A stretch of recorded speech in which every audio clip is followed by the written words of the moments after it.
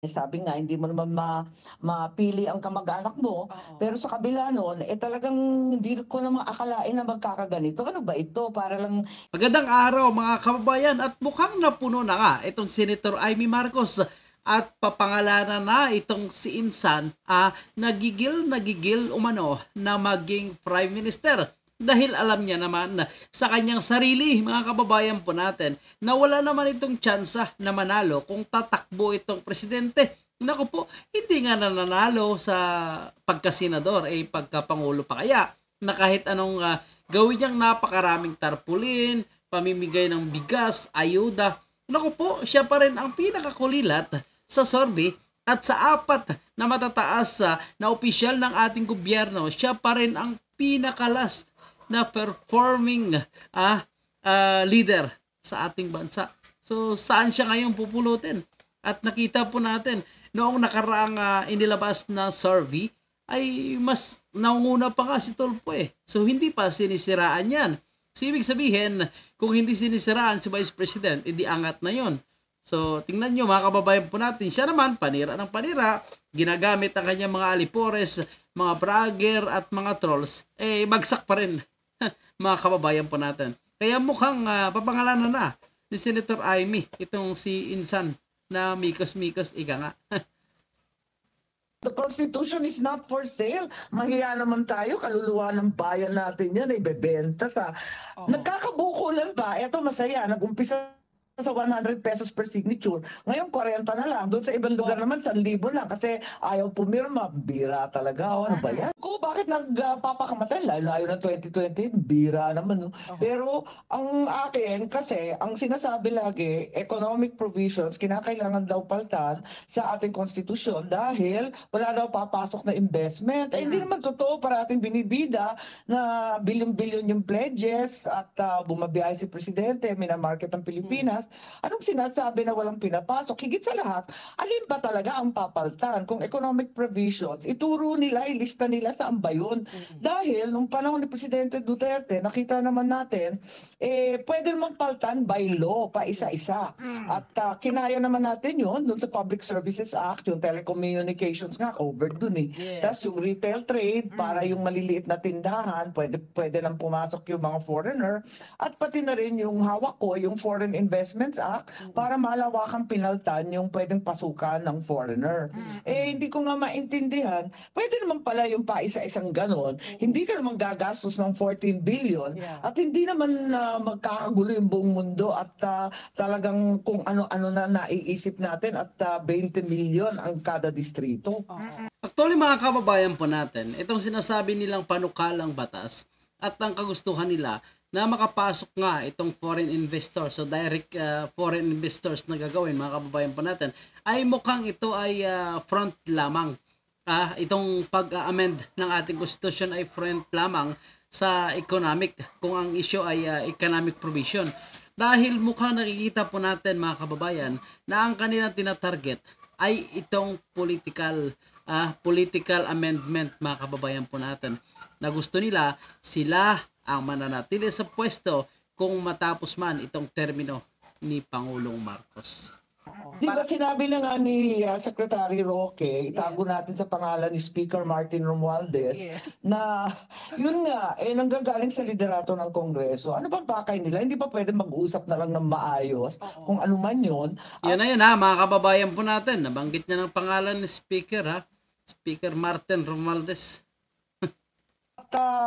Sa batas ng maayos. Meron pa tayong mga problema dyan sa People's Initiative dahil napakalabo rin at meron Santiago ruling na nagsasabi hindi sapat ang nasa batas ngayon. Kailangan mag-aamyenda rin tayo ng batas para maliwanag ang proseso ng People's Initiative. Hindi yung bastang ratsyadang magpapapirma miski kanino. Oo. So Senator Amy, I know aside from this being a political problem, it also becomes a family problem because your first first cousins with the speaker. You are the older sister of the president. It puts the president also in a very awkward situation, 'di ba? Tama. Talagang nilalagay sa alanganin si Presidente. Talagang hindi maganda 'to. Kasi unang-una, ayoko nga na yung mga kamag-anakan ang umupo nung mulat sa pool. Oo. Kaya lang, andyan na yan. Talagang ang sagwa, yung kapatid ko mabait, hindi umaalma. Pero hindi naman yata tama na ganito, no? Dahil ang sagwa naman yatang tignan, ay sabi nga, hindi mo naman mapili ang kamag-anak mo. Oo. Pero sa kabila nun, talagang hindi ko naman akalain na magkakaganito. Ano ba ito? Para lang i-echapwera yung mga Duterte. Ganun lang garapalan ng power grab na yon. Ang sagwa naman, talaga namang hayaan ng tao pumili. Hindi naman pwedeng braso-braso. Oo, susunod. Yan, tama. Yan, ang taong bayan ang pumili. Huwag naman idaan sa ganitong People's Initiative kuno, nagiging Congress Initiative na pala. Mga kababayan po natin. O ano pa nga ba yung termino na ginagamit nila dyan? Marami ng termino na lumalabas sa People's Initiative. Kayo na lang ang pipili ng susunod. Oo. Parang power grab siya, wala siyang kinalaman sa economic provisions. Oo. Ipakita mo sa akin yung economic provisions na papaltan, suriin natin maigi, baka may mas madali at mas maayos na pamamaraan na hindi ka gagastos ng 14 billion Oo. na pwede namang ipambili na lang ng bigas o di kaya yung mga gasolina dyan sa Subic. Ako, ibamudmud sa mga driver natin. Ewan ko ba? Oo. So, Senator, So yan nga po mga kababayan po natin ang ilan sa mga binitawang salita ni Senator Amy Marcos na malinaw na tinutukoy niya na itong si House Speaker Martin Romualdez nga na mukhang may plano nito at gustong susunod na maging leader ng ating bansa dahil mahina nga ito pagdating sa eleksyon ito kaya ang kaniyang pinaplano itong People's Initiative tapos amindahan niya na naman itong political amendment. So ngayon mga kababayan po natin, malinaw na hindi talaga papayag ang mga senador po natin dahil maitsapwera sila, mawawalan sila ng boses dito. Dahil kung i-combine nga naman ang mahigit 300 na congressman at 24 lamang ang senador, kung joint voting ang mangyayari, talagang wala silang boses kahit lahat sila kumontra, ang 24 na yan, asan ba? Asan ba ang porsyento nila? Napakaliit lang. Pero kung tutuusin, mas makapangyarihan sila dahil sila nga ay binoto ng taong bayan nationwide. Samantala, itong mga congressman ay per district lamang. Napakalaking pundo, mga kababayan po natin kung tutuusin. 14 billion ang kailangan gastusin sa pagbago ng ating konstitusyon. Ika nga, sa plebisito. So, napakalaking pera na pwede pa sanang gamitin para sa mga ilang proyekto ng ating gobyerno, na magbibigay ng trabaho at sustainable para sa ating mga ordinaryong kababayan. Marami pa ang may problema ngayon. Tingnan nyo yung implementation ng PUV. So napakahirap itong produktong pang-agrikultura.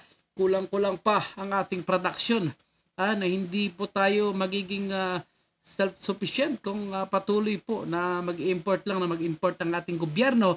Kawawa na naman yung mga local farmers po natin. Lalong malulubog. Tayo naman ay bibili ng mas mahal na produktong imported dahil marami ng tax na ipapatong dyan. Lalo na ngayon, nakaupo na naman itong si Recto, tax boy ito So, yan, isa pa yan sa ating babantayan mga kababayan po natin dahil ang kanyang ambisyon ngayon ay mas mapataas din ang koleksyon ng ating gobyerno. So sana hindi niya kukunin sa taong bayan, doon niya higpitan sa mga smuggler. So ngayon mga kababayan po natin, ano po ang inyong komento sa loobin patungkol sa isyong ito? So maniniwala ba kayo na walang kinalaman itong si Pangulong Marcos sa laganap na People's Initiative kuno, pero ang nagmamalakad nito at nagpoproseso para matuloy itong ating constitutional amendment ay ang mga congressman. Kayo po, iwan na po ng inyong komento, opinion mga kababayan. Hanggang sa muli at yan muna yung ating topic. Salamat po.